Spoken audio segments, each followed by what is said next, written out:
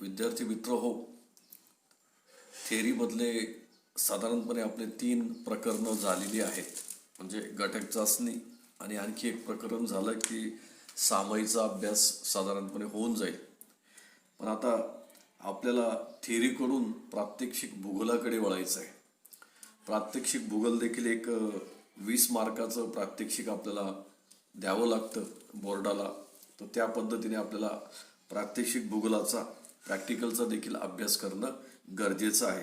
त्या अनुषंगाने अनुक्रमानिका 85 पान नंबरवर जर तुम्ही बघितलं तर त्याच्यामध्ये आपल्याला साधारणपणे 1 ते 10 प्रात्यक्षिक पाहायला मिळतात आणि 8 प्रकरणं साधारणपणे थेअरीचे आणि 10 प्रकरणं प्रात्यक्षिकाचा असा संपूर्ण बोर्डासाठी हा अभ्यासक्रम आहे. 80 मार्काची थेअरी आणि प्लस 20 मार्काचं प्रात्यक्षिक भूगोल बोर्डामार्फत घेतलं जातं. या पद्धतीने 100 मार्क. तर त्याच्यामध्ये पहिलं प्रकरण जर आपण बघितलं तर ते मोठं इंटरेस्टिंग अतिशय सुंदर प्रकरण आहे. तसं अर्थात सगळेच प्रकरणं खूप छान आहेत, वास्तववादी आहेत. तुमचा दृष्टिकोन विकसित व्हावा यासाठी अतिशय सुंदर प्रकरणं आपल्याला या ठिकाणी टाकलेली आहेत. त्याच्यामध्ये पहिलं प्रकरण जे आहे प्रात्यक्षिकाचं पहिलं प्रॅक्टिकल, सर्वेक्षणाद्वारे माहिती गोळा करणे आणि ॲपच्या साहाय्याने सर्वेक्षण करणे. आता ह्या प्रॅक्टिकलचा जर आपण विचार केला तर सर्वेक्षण नावाचा एक कोर्स आहे. तो कोर्स जर तुम्ही केलात तर त्या कोर्समार्फत तुम्हाला एक चांगला जॉब मिळू शकतो किंवा एक चांगला व्यवसाय त्या ठिकाणी निर्माण होऊ शकतो. जमिनीचं सर्वेक्षण असेल, प्लॉटिंगचं सर्वेक्षण असेल किंवा कुठल्याही भूभागाचं सर्वेक्षण याच्यामध्ये आपल्याला करता येतं. आणि आता सध्या ते ॲप्सच्या मार्फत लोकसंख्या जे सर्वेक्षण आपण बघतो, जनगणना सर्वेक्षण, ते देखील आता पुढे भविष्यात ॲप्स मार्फत केलं जाईल, मोबाईल ॲप्स मार्फत. तर ते एक पहिलं प्रकरण आहे. दुसरा, विदा सांख्यिकीय संघटन. तुमच्याकडे जर पुस्तक असेल तर त्या पुस्तकामध्ये थेट 7व्या प्रकरणापर्यंत विदा म्हटलेले आहे. विदा याचा अर्थ जी माहिती सांख्यिकीय स्वरूपात वापरली जाते, जी माहिती सांख्यिकीय स्वरूपात वापरली जाते तिला विदा असे म्हणतात. म्हणजे गुणात्मक स्वरूपाची माहिती आणि सांख्यिकीय स्वरूपाची माहिती आपण ज्याला म्हणतो, तर ती सांख्यिकीय स्वरूपाची माहिती जी वापरली जाते तिला विदा असं म्हटलं जातं. म्हणजे विदा संघटन दुसरं प्रकरण. तिसरं प्रकरण, विदा विश्लेषण अपस्करणाचे मापन. चौथा, विदा विश्लेषण गुणानुक्रम सहसंबंध. 5वं प्रात्यक्षिक आहे विदा सादरीकरण विभाजित वर्तुळ काढणे. नंतर विदा सादरीकरण विभाजित आयत काढणे. हे प्रकरण दोघं मागच्या वर्षी पण होते. 7वं प्रकरण विभा सादरीकरण लोकसंख्या मनोरा काढणे.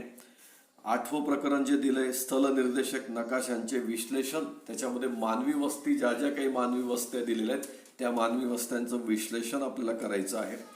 आणि स्थल निर्देशक नकाशाचे विश्लेषण, भूमी उपयोजन आणि व्यवसाय. आणि शेवटचं प्रकरण 10वं, स्थल निर्देशक नकाशाचे विश्लेषण, वाहतूक आणि संदेश वहन. प्रात्यक्षिक वही आपल्याला प्रत्येकाला कंपल्सरी करायची आहे.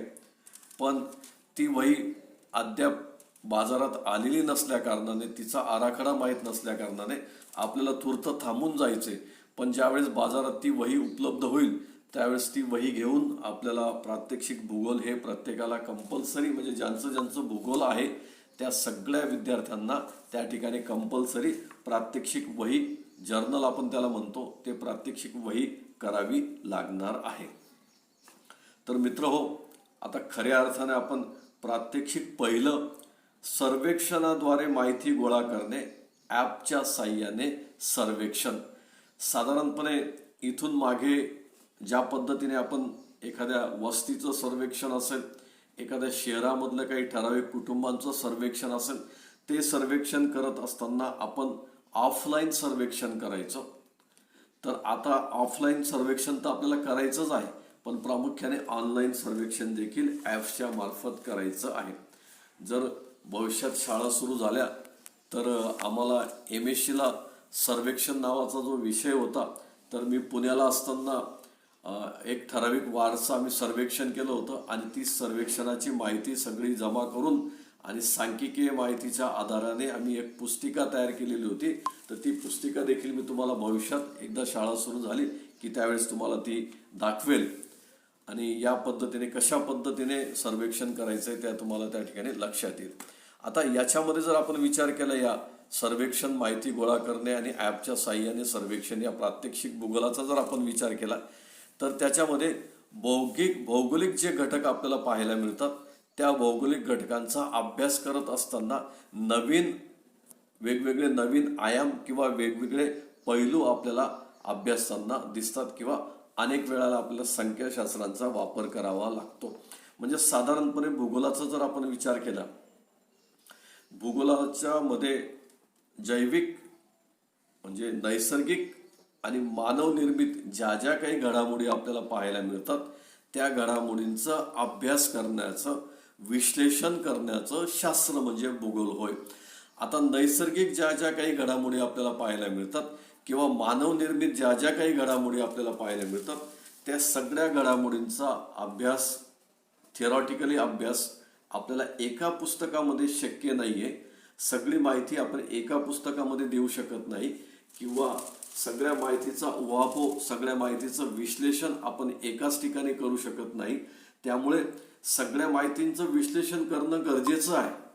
त्याचा कार्यकारण भाव समजून घेणं गरजेचं आहे आणि मग तो कार्यकारण भाव समजून घेण्यासाठी आपल्याला स्टॅटिस्टिकल जो डाटा आहे, संख्याशास्त्राचा जो डाटा आहे, तो संख्याशास्त्राचा डाटा अभ्यासून त्या डाटामार्फत आपल्याला साधारणपणे प्रत्येक भौगोलिक समस्यांचे विश्लेषण मोठ्या प्रमाणात करता येतं.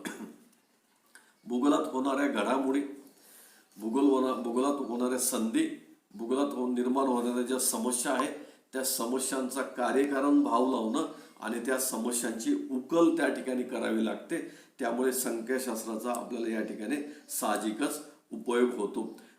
साधारणपणे जर बघितलं तर भूगोलात विविध प्रकारची संख्याशास्त्रीय माहिती अभ्यासली जाते.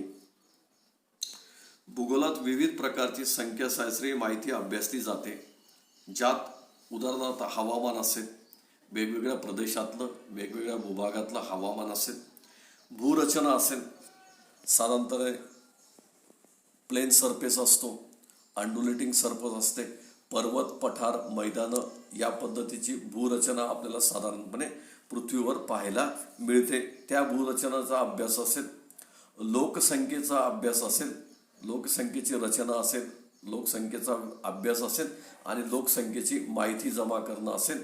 तो सर्वेक्षण साधारणपणे भारतामध्ये 10 वर्षामध्ये एकदा लोकसंख्येचं सर्वेक्षण होतो. आता भविष्यात देखील ह्या वर्षी करोनामुळे तो थांबलाय, पण पुढच्या वर्षी निश्चितच ते सर्वेक्षण होईल. ती लोकसंख्या, भूमी उपयोजन आपण बघितलं, भूमी उपयोजनाचं ते प्रकरण बघितलं तर ते भूमी उपयोजनाचा उपयोग कशासाठी केला जातो? मानवाच्या कल्याणासाठी, मानवाच्या वेगवेगळ्या घडामोडींसाठी, शेती असेल, औद्योगिकरण असेल, वसाहती असतील, वाहतूक असतील, या सगळ्या घडामोडींसाठी भूमी उपयोजनाचा आपण वापर करतो. मगाशी आपण मागच्या प्रकरणामध्ये ते बघितलं. स्थलांतर असेल, ते एका खेड्यातून दुसऱ्या खेड्यात, एका शहरातून दुसऱ्या शहरामध्ये असेल, एका राज्यातून दुसऱ्या राज्यामध्ये असेल, एका देशातून दुसऱ्या देशामध्ये असेल, असा स्थलांतराचा देखील अभ्यास आपण या ठिकाणी करणार आहोत किंवा करतो. शहरापासूनचे अंतर असेल, एका शहरापासूनचे दुसऱ्या शहरापासूनचे किती अंतर आहे, ते अंतर कसं कमी करता येईल, या पद्धतीचे त्या अंतरामध्ये काय समस्या आहेत, या सगळ्या गोष्टी आपल्याला या ठिकाणी अभ्यासायच्या आहेत.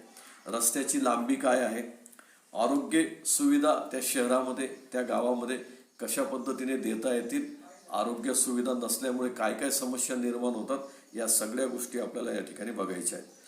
भूगोल अभ्यासक या घटकांशी संबंधित अनेक समस्यांबद्दल अभ्यास करत असतो. एखादा भूगोलाचा जो अभ्यासक असतो तो अभ्यासक मगाशी ज्या वरती ज्या समस्या सांगितल्या आहेत किंवा ज्या भौगोलिक समस्या सांगितल्यात त्यांचा तो सातत्याने अभ्यास करत असतो आणि या समस्यांचं उकल निर्माण करण्याचा, या समस्यांवर उपाय निर्माण करण्याचा तो प्रयत्न करत असतो. यासाठी या सर्व घटकांचे माहिती संकलन त्याला करावे लागते. यासाठी पहिल्यांदा या समस्यांची उकल करण्यासाठी, या समस्यांवर उपाय शोधण्यासाठी पहिल्यांदाच त्या समस्यांची इत्थंभूत माहिती त्याला एका ठिकाणी किंवा त्या भागामध्ये त्या प्रदेशामध्ये जाऊन त्या ठिकाणी करावी लागते.